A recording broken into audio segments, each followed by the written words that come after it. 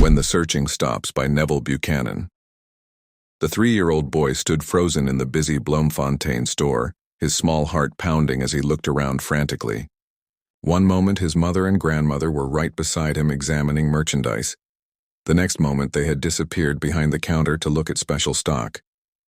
In his infantile mind there was only one logical conclusion. They had left without him.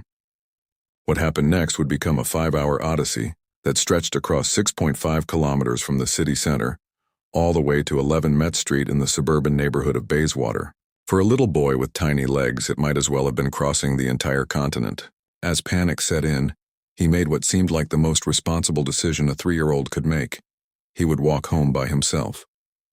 Step by determined step, he navigated busy intersections, bustling sidewalks, and unfamiliar neighborhoods. Halfway through his journey, he heard the distinctive sound of his grandfather's DKW car approaching. But instead of relief, fear gripped him. Surely he would be in enormous trouble for getting lost. So he did what any frightened child would do. He hid near the Bloemfontein Bowling Club until the car passed. Meanwhile, back at that store, 3 hearts were breaking. A mother's worst nightmare had become reality. Search parties formed, phone calls were made, the entire family mobilized, not knowing whether their precious boy was safe, lost, or worse. Jesus tells us a profound truth in Matthew 18:12-14, ESV. What do you think? If a man has 100 sheep and one of them has gone astray, does he not leave the 99 on the mountains and go in search of the one that went astray? And if he finds it, truly I say to you, he rejoices over it more than over the 99 that never went astray. So it is not the will of my Father who is in heaven that one of these little ones should perish. This isn't just a parable about sheep. It reveals 5 life-changing truths about God's relentless love. First, God notices when we wander. The shepherd doesn't wait for the monthly head count. He knows immediately when one is missing. In our busy world, we sometimes feel invisible, but God notices the moment we step away from his protection. Second, God pursues us personally. The shepherd doesn't send a committee or hire professionals, he goes himself. Psalm 23:1 ESV reminds us, "The Lord is my shepherd, not a shepherd, but my shepherd, personally invested in your rescue." Third, God persists despite our hiding. That little boy hid from the very people trying to save him. How often do we do the same?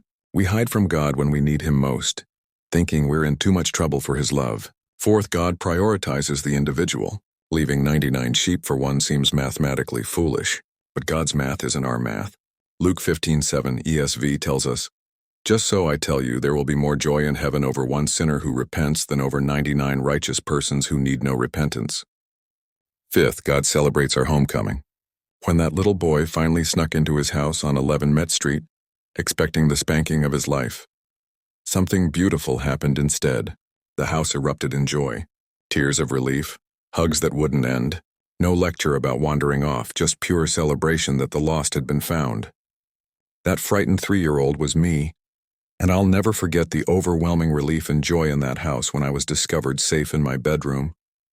What I expected to be punishment became the greatest celebration of my young life. Friend, maybe you're like I was that day. Lost, afraid, and convinced you're in too much trouble to come home. You've been hiding from the very God who's been searching for you. But here's the truth, he's not angry. He's not waiting with punishment. He's waiting with open arms and a heart full of joy, ready to celebrate your return. The question isn't whether you've wandered too far. It's whether you're ready to stop hiding and let yourself be found. The search never stops until you're safely home.